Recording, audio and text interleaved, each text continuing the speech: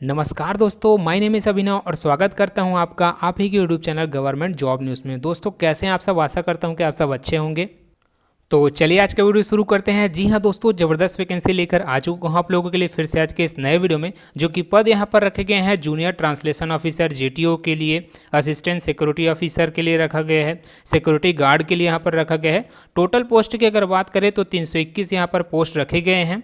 यह notification ADM परमाणु ऊर्जा विभाग की तरफ से जारी किया गया है। आज के इस वीडियो में इसके लिए उम्र क्या मांगा गया है, सैलरी वेतन कितना रहने वाला है, सिलेबस क्या मांगा गया है, चयन प्रक्रिया क्या होने वाली है, सारा कुछ जानने वाले हैं इस वीडियो में। तो वीडियो में शुरू से लेकर अंत तक बने रहिएगा। और हाँ दोस्तों, अगर आप चैनल पर नए हो तो चैनल को जरूर सब्सक्राइब कर देना, जिससे हमारी यूट्यूब फैमिली ग्रो हो सके, बढ़ सके। इसी प्रकार के कंटेंट, इसी प्रकार के अपडेट हम लाते रहते हैं। तो यहाँ पर देख पाएंगे गवर्नमेंट ऑफ इंडिया लिखा होगा, यहाँ पर परमाणु ऊर्जा विभाग, डिपार्टमेंट ऑफ एटॉमिक एनर्जी। तो टाइम की बात कर लेते हैं यहाँ पर इंपॉर्टेंट डेट्स की। तो duration for submission of online application, तो ऑनलाइन एप्लीकेशन इसका भराना स्टार्ट हो चुका है 29/10/2022 से। लास्ट डेट एप्लीकेशन फॉर्म भरने का यहाँ पर है 17/11/2022, यानी कि 17 नवंबर को इसका लास्ट डेट है। Physical test for the post of ASO, यानी कि assistant security officer, security guard, इसके लिए फिजिकल टेस्ट मांगा गया है, तो वो होगा दिसंबर 2022 में। जो रिटन एग्जामिनेशन होगा कंप्यूटर बेस्ड है, जिसमें जेटीओ के लिए पोस्ट के लिए मांगा गया है और सिक्योरिटी गार्ड के लिए तो जनवरी 2023 में यहाँ पर होने वाले हैं। डिस्क्रिप्टिव एग्जामिनेशन, जिसमें ऑब्जेक्टिव टाइप क्वेश्चन नहीं होते हैं, जैसे कि जेटीओ के लिए रखा गया है और एएसओ के लिए रखा गया है, तो वो होगा फरवरी 2023 में। तो नोटिफिकेशन में आगे चलते हैं। तो यहाँ पर लिखा होगा application are invited only online modes, तो ऑनलाइन मोड से ही आपको एप्लीकेशन फॉर्म इसका भरना है इसके ऑफिशियल वेबसाइट में जाकर, जो कि है amd.gov.in है। पोस्ट वाइज यहाँ पर एलिजिबिलिटी क्राइटेरिया है ना, क्वालिफिकेशन क्या मांगा गया है, सारा कुछ जानने वाले हैं। तो पहला जो पोस्ट है जेटीओ जूनियर ट्रांसलेशन ऑफिसर के पोस्ट के लिए पे इसके होने वाला है 35,400 रुपये, यहाँ पर पे इसके लिए यहाँ पर दिया हुआ है। ग्रुप बी के अंतर्गत आएगा ये जो पोस्ट है जेटीओ का। टोटल नंबर ऑफ पोस्ट की बात कर लेते हैं तो एससी के लिए कोई पोस्ट यहाँ पर नहीं रखा गया है, एसटी के लिए यहाँ पर 0 पोस्ट है, ओबीसी के लिए 2 पोस्ट रखे गए हैं, ईडब्ल्यूएस के लिए यहाँ पर 2 पोस्ट है, यूआर के लिए 5 पोस्ट है। तो टोटल यहाँ पर जेटीओ के लिए है 9 पोस्ट। मिनिमम क्वालिफिकेशन क्या मांगा गया है वो देख लेते हैं। तो मास्टर डिग्री होना चाहिए कोई भी यूनिवर्सिटी से। हिंदी इंग्लिश आपका मेन सब्जेक्ट होना चाहिए, जो भी आपने डिग्री प्राप्त किया है उसमें। एज लिमिट की बात कर लेते हैं तो 18 से 28 साल आपकी एज होनी चाहिए। मोड ऑफ सिलेक्शन यहाँ पर लिखा होगा, तो सिलेक्शन प्रोसेस क्या होने वाला है, रिटन एग्जामिनेशन होगा लेवल 1 और लेवल 2 के अंतर्गत। लेवल 1 जो एग्जामिनेशन होगा उसमें ऑब्जेक्टिव टाइप क्वेश्चन होंगे, जिसका सब्जेक्ट यहाँ पर देख पाएंगे सिलेबस जनरल हिंदी, सामान्य हिंदी, और जनरल इंग्लिश, सामान्य इंग्लिश, और general intelligence, reasoning, quantity aptitude, इन सब से होगा। 100 क्वेश्चन होंगे इसमें, और यहाँ पर हिंदी और इंग्लिश दोनों लैंग्वेज में हो सकता है। 2 घंटे का इसमें समय दिया जाएगा आपको।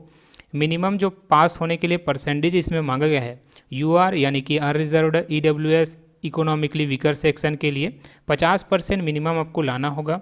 ओबीसी के लिए यहाँ पर 40% दिया हुआ है, तो 40% आपको लाने होंगे। लेवल 2 टेस्ट की यहाँ पर बात कर लेते हैं, जिसमें डिस्क्रिप्टिव टाइप क्वेश्चन होंगे, यानी कि इसमें कुछ लिखना होगा, ऑब्जेक्टिव टाइप नहीं होगा, इसमें कुछ लिखना होता है पेन से। यहाँ पर देख पाएंगे इसमें भी पेपर 1 और पेपर 2 में आपका एग्ज़ाम लिया जाएगा। पेपर 1 के अंतर्गत बात करते हैं तो 100 नंबर के क्वेश्चन होंगे, 3 घंटे का इसमें समय दिया जाएगा। सिलेबस की अगर बात कर लें तो translation of paragraph from Hindi to English, यानी कि हिंदी से इंग्लिश में आपको ट्रांसलेट करना है। 250 वर्ड दिए जाएंगे उसमें, जो कि 25 नंबर का होगा। यहाँ पर सेकेंड नंबर में लिखा होगा translate of paragraph from English to Hindi. अब आपको इंग्लिश टू हिंदी में आपको ट्रांसलेट करना है, 250 वर्ड होंगे इसमें, अप्रॉक्सीमेटली 25 नंबर का ये होगा। और यहाँ पर तीसरा नंबर में लिखा होगा translation of sentence in English to Hindi, यानी कि इंग्लिश से हिंदी में आपको ट्रांसलेट करना है सेंटेंसेस को। 15 नंबर का होगा, 10 सेंटेंस इसमें रहेगा। चौथा नंबर में लिखा होगा translation of sentences in Hindi to English, Hindi से इंग्लिश में आपको ट्रांसलेट करना है सेंटेंस को। 10 सेंटेंस इसमें दिया जाएगा, 15 नंबर का होगा। यहाँ पर सिनोनिम्स, पर्यायवाची यहाँ पर शब्द है 10-10 नंबर के। पेपर 2 की बात कर लेते हैं तो इसमें भी 100 नंबर के क्वेश्चन होंगे। 3 घंटे का इसमें भी समय दिया जाएगा। इसका सिलेबस अगर बात करें तो जनरल इंटेलिजेंस, रीजनिंग होगा, क्वांटिटेटिव एप्टीट्यूड होगा जिसमें 50 नंबर के क्वेश्चन होंगे। जनरल हिंदी से, सामान्य हिंदी से 15 नंबर के होंगे। सामान्य इंग्लिश से 15 नंबर का यहाँ पर क्वेश्चन होगा। ऐसे लिखना है आपको हिंदी लैंग्वेज में जो कि 10 नंबर का होगा। ऐसे लिखना है आपको हिंदी इंग्लिश लैंग्वेज में जो कि 10 नंबर का होगा। अगर फाइनल सिलेक्शन की बात करें तो फाइनल सिलेक्शन होने वाला है लेवल 2 के जो एग्जामिनेशन होगा उसमें आपने जितने भी नंबर पाए होंगे उसके हिसाब से इसका फाइनल सिलेक्शन होने वाला है। तो नोटिफिकेशन में आगे चलते हैं तो यहाँ पर देखोगे सेकेंड नंबर का जो पोस्ट है जो कि है असिस्टेंट सिक्योरिटी ऑफिसर ए के लिए पे लेवल यहाँ पर होने वाला है 35,400। ग्रुप बी के अंतर्गत आएगा यहाँ पोस्ट जो है। टोटल नंबर ऑफ पोस्ट देख लेते हैं। एससी के लिए 3 पोस्ट है, एसटी के लिए यहाँ पर 3 पोस्ट है, ओबीसी के लिए 14 पोस्ट है, ईडब्ल्यूएस के लिए 3 पोस्ट है, यूआर अनरिजर्व्ड के लिए 15 पोस्ट है। तो टोटल यहाँ पर रखे गए हैं असिस्टेंट सिक्योरिटी ऑफिसर के लिए 38 पोस्ट। और इसमें जो 38 पोस्ट है उसमें से जो 1 पोस्ट है वो एक्स सर्विसमैन के लिए पहले से रिजर्व रखा गया है। मिनिमम क्वालिफिकेशन की बात करें है ना तो इसमें जो है ग्रेजुएट होना चाहिए कोई भी यूनिवर्सिटी से जो कि मान्यता प्राप्त होने चाहिए। एक्स सर्विसमैन, एक्स पुलिस और एक्स सेंट्रल पारामिलिट्री के लिए भी यहाँ पर ग्रेजुएट मांगा गया है। एज लिमिट की बात कर लेते हैं तो 18 से 27 साल की एज होनी चाहिए। मोड ऑफ सिलेक्शन, तो सिलेक्शन प्रोसेस क्या होने वाले हैं तो इसमें जो होगा पहला जो है फिजिकल टेस्ट होगा, दूसरा जो होगा वो होगा रिटन एग्जामिनेशन या रिटन टेस्ट जिसको बोलते हैं लिखित परीक्षा। तो पीएसटी में क्या होने वाला है वो देख लेते हैं। मिनिमम जो हाइट है ना कैटेगरी वाइज यहाँ पर दिया हुआ है। जनरल के लिए जो है मेल में यानी कि पुरुष के लिए 167 सेंटीमीटर और फीमेल के लिए 157 सेंटीमीटर हाइट मांगी गई है। दूसरा जो कैटेगरी यहाँ पर दिया हुआ है जो भी व्यक्ति या कैंडिडेट्स हिल्स एरिया से आते हैं यानी कि पहाड़ी एरिया से, जैसे गरवाहलास, यहाँ कुमाऊनीस हिमाचल प्रदेश है ना, Gorkhas, Dogras, Marathas, Jammu and Kashmir valley, Leh Ladakh region, Jammu and Kashmir, north eastern region state, Sikkim, इन सब से आते हैं उनके लिए जो हाइट है मेल के लिए 165 सेंटीमीटर और फीमेल के लिए 155 सेंटीमीटर हाइट मांगा गया है।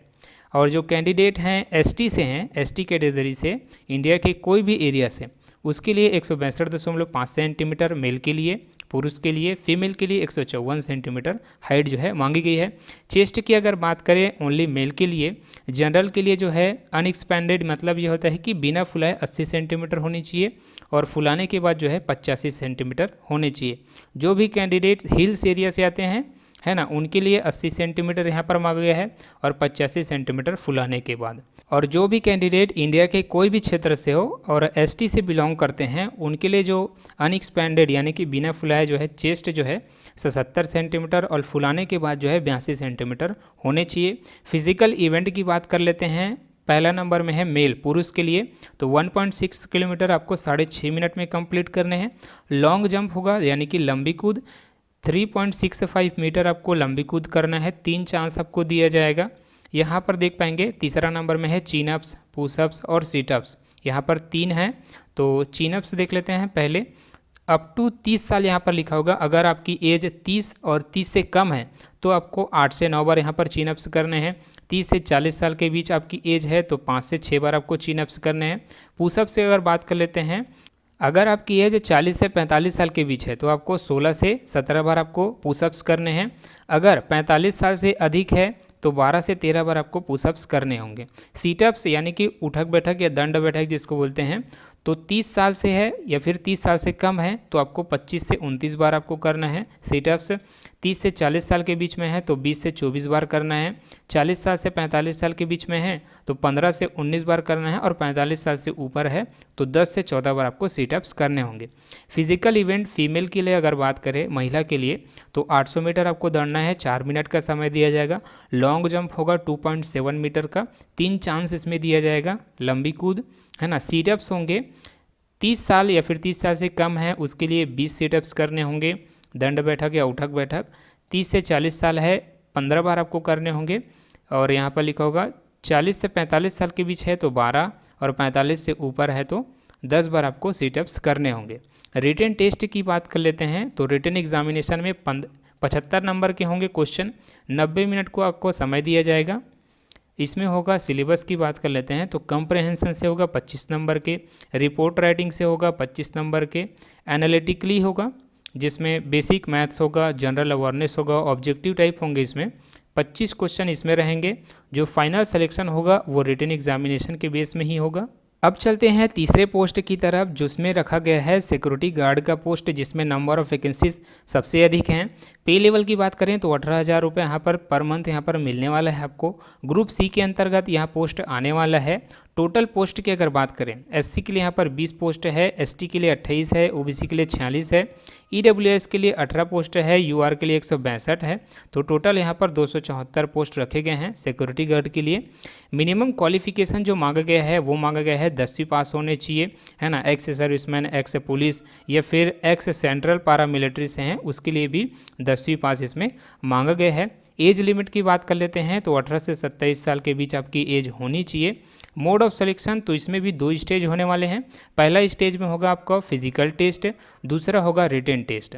तो फिजिकल टेस्ट की बात कर लेते हैं। मिनिमम हाइट में जिसमें मांगा गया है यहाँ पर कैटेगरी वाइज दिया हुआ है। जनरल के लिए 167 सेंटीमीटर मेल में, फीमेल में 157 सेंटीमीटर।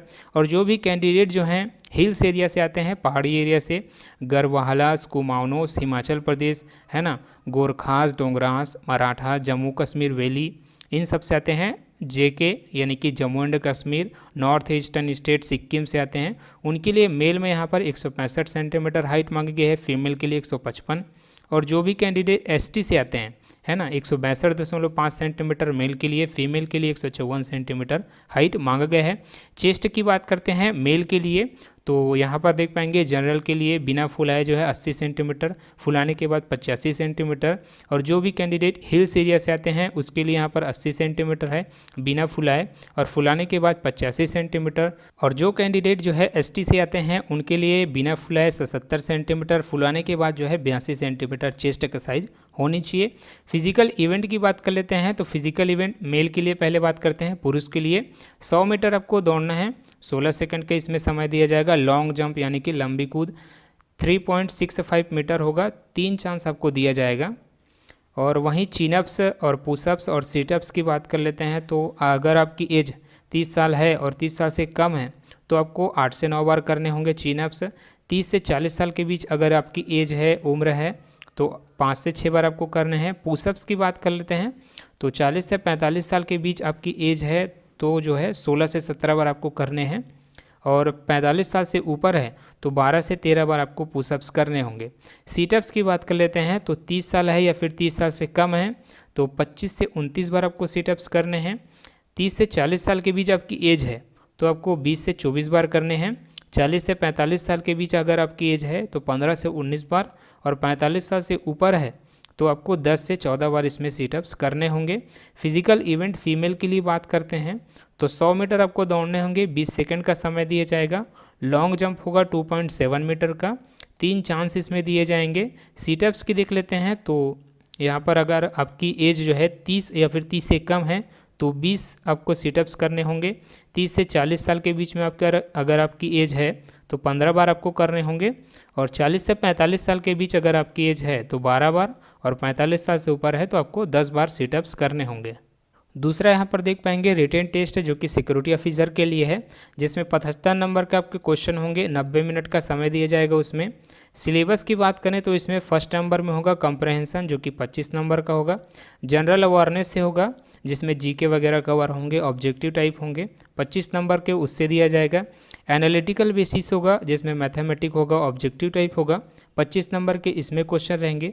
जो फाइनल सिलेक्शन होगा इसका वो रिटन टेस्ट के बेसिस में ही इसका सिलेक्शन होने वाला है। एप्लीकेशन फ़ीस की बात कर लेते हैं तो जूनियर ट्रांसलेशन ऑफिसर JTO के लिए 200 रुपये यहाँ पर फीस लगने वाला है, और असिस्टेंट सिक्योरिटी ऑफिसर के लिए यहाँ पर 200 है। सिक्योरिटी गार्ड के लिए यहाँ पर 100 रुपये यहाँ पर फीस रखा गया है। और जो भी कैंडिडेट जो है ST से SC से आते हैं, एक्स सर्विसमैन से हैं, PWBD से हैं, वुमेन कैंडिडेट्स हैं, उनके लिए कोई फीस यहाँ पर नहीं रखा गया है। नेशनैलिटी और सिटीजनशिप की बात करें तो इंडियन सिटीज़न होना चाहिए, वो जो है इस फॉर्म के लिए अप्लाई कर पाएगा। आगे बढ़ते हैं तो यहाँ पर लिखा होगा रिलैक्सेशन। अपर एज लिमिट में छूट की बात कर लेते हैं ST ST और OBC के लिए। तो अपर एज लिमिट में यहाँ पर 5 साल का छूट दिया गया है अगर आप ST SC से हैं। 3 साल का छूट दिया गया है अगर आप ओबीसी से हैं, नॉन क्रीमी लेयर से।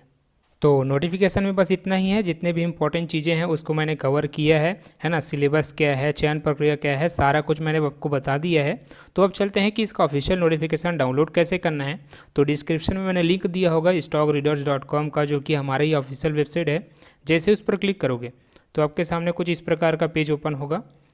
यहाँ पर देख पाएंगे stockreaders.com, यहाँ पर लिखा होगा, यहाँ पर लिखा है परमाणु ऊर्जा विभाग में 10वीं पास से मास्टर तक के निकली भर्तियाँ, 321 पदों पर बम्पर भर्ती और पढ़ें, इस पर आपको क्लिक करना है। क्लिक करोगे तो आपके सामने इसका डिस्क्रिप्शन खुल के आ जाएगा। यहाँ आपको नीचे आ जाना है, यहाँ पर लिखा होगा amd.gov.in, इस पर आपको क्लिक करना है। जैसे इस पर क्लिक करोगे तो इसका नोटिफिकेशन खुल जाएगा आपके सामने, कुछ इस प्रकार का दिखेगा, जिसे मैंने अभी आपको डिटेल में बताया है। तो आज के लिए बस इतना ही। आशा करता हूँ कि मेरा यह प्रयास आपको अच्छा लगा होगा।